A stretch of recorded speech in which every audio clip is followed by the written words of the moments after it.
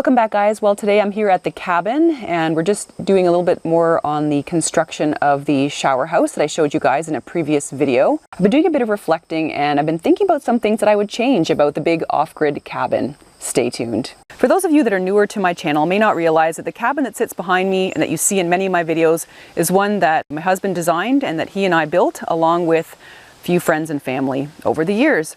So we started the build back in 2013 in September, so it's certainly an anniversary for the cabin. It's a 5-year anniversary.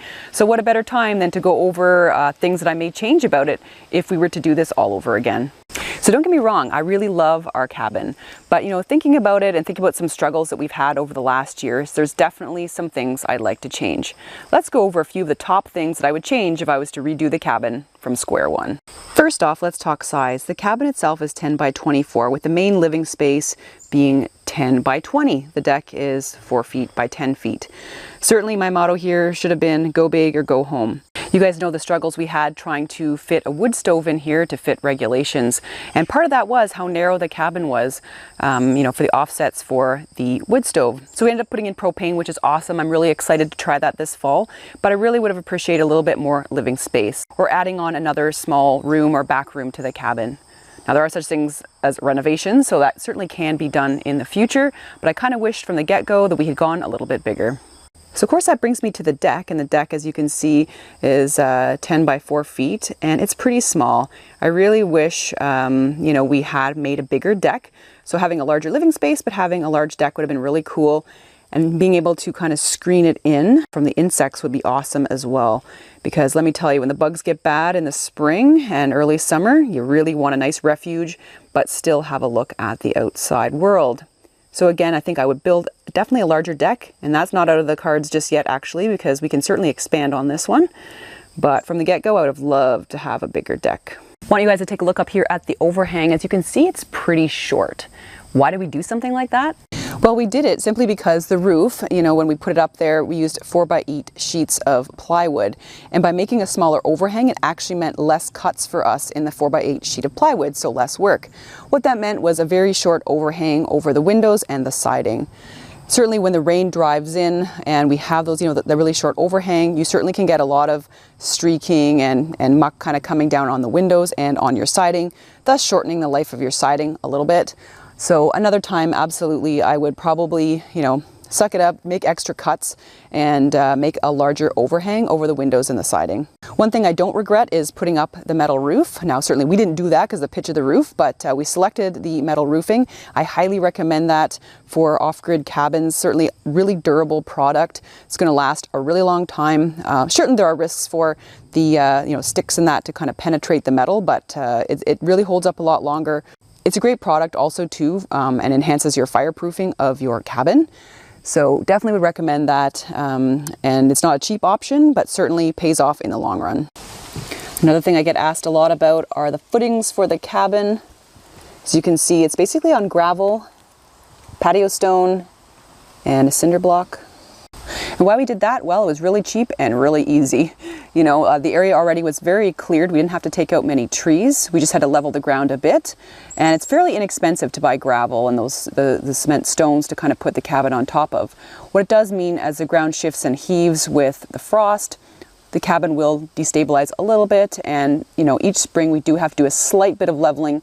The last 2 years we really haven't had to do it because it seems fairly settled, and I'm certain we're sitting on top of a giant rock buried underneath the earth here.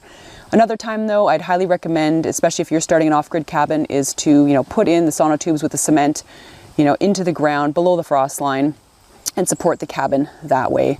Certainly it's a lot easier. You don't have to worry about the leveling going off, and it's a lot more expensive though, or pouring a cement pad and putting the cabin on top of it. But that would mean accessibility for a cement truck coming in here to do that and to level the cement pad. This is just really easy. I mean, honestly, if we really wanted to move this cabin, we could pick it up and put it on a truck, not a big deal. But once you put a cabin on top of a cement pad or, into the ground on pillars or posts, that does affect your ability to kind of move it. Anyway, so I mean, I don't regret doing this way myself. I mean, it's cheap and easy, it's quick, and you know what, a little bit of work in the spring goes a long way to, if we need to adjust it. But certainly if you're doing this for yourselves, for your off-grid cabin, pouring a cement pad or using those tubes filled with cement to support the cabin on pillars would probably be the way to go.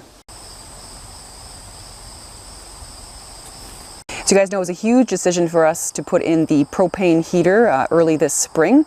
Wood stove would have been lovely, but the offsets for fire regulations made it that we'd be tripping over the wood stove. And you know, we use the cabin a lot in the spring and summer when we wouldn't need the heat, so it really would just get in the way.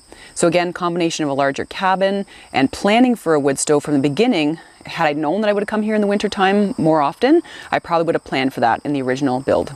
Here's our lovely board and batten siding, and let me tell you, that was so much work in the heat of the summer when we did it. I don't regret that, but it does have an interesting look about it and is a ton of work. The less amount of work I find is to do it lapstrake style, just like we did our shed. This way had a lot of extra cuts, you know, cutting the furring boards, cutting the boards, cutting the battens.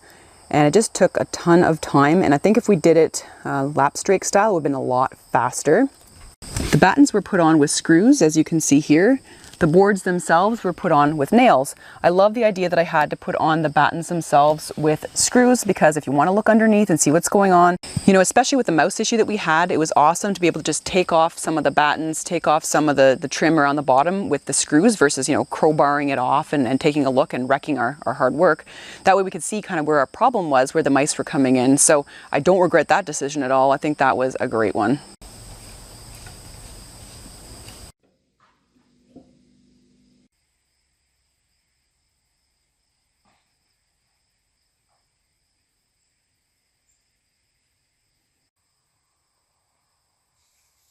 In terms of things inside the cabin, there's really not a whole lot of things that I would change at all, other than space, obviously. Really happy with the couch behind us. It opens up into a bed.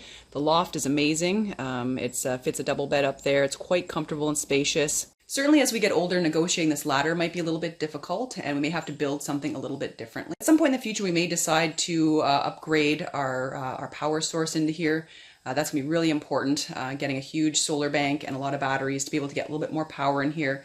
Maybe put some sockets in here to power some things. But for now, I really enjoy how off-grid it truly is, being operated only by a 12-volt marine battery. Something I adore that I did and had the foresight to do was put in large windows so we could have a beautiful view of the forest. These are 48 by 48 windows, and wow, look at the view! The view out of this side with two other ones. We got them on sale. So highly recommended to get as many windows in your cabin as you can in order to enjoy the view. But don't forget to put those little bird strike decals on the windows. It makes a huge difference when you're in the forest so the little guys don't bang into the windows. One thing that people consistently remark upon when they visit the cabin is how spacious it seems even though it's quite small. And that's due in part to these large ceilings. You know, the ceilings that we have here are 10 feet tall, so you really come in and you don't feel kind of closed in by the ceiling. Above there, of course, is the attic, and that's a really nice space that we hope to develop in the future. Another thing I do differently with the cabin is the insulation.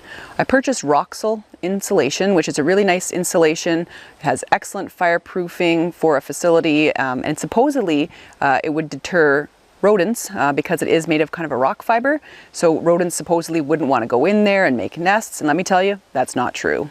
So another time I probably wouldn't have spent the extra money for the Roxul. I would have just got the regular pink insulation.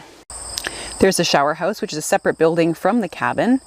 Again, with a larger cabin, I may have been able to have an addition, another room, which could have been our washroom / shower house. It would have saved a trek out into the field for those facilities.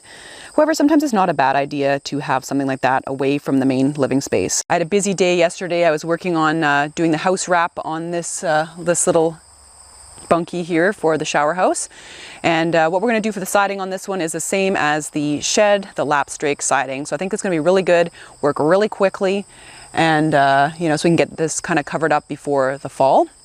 There will be a deck on the front of it because we want to have a nice spot to sort of sit and look at the environment around us.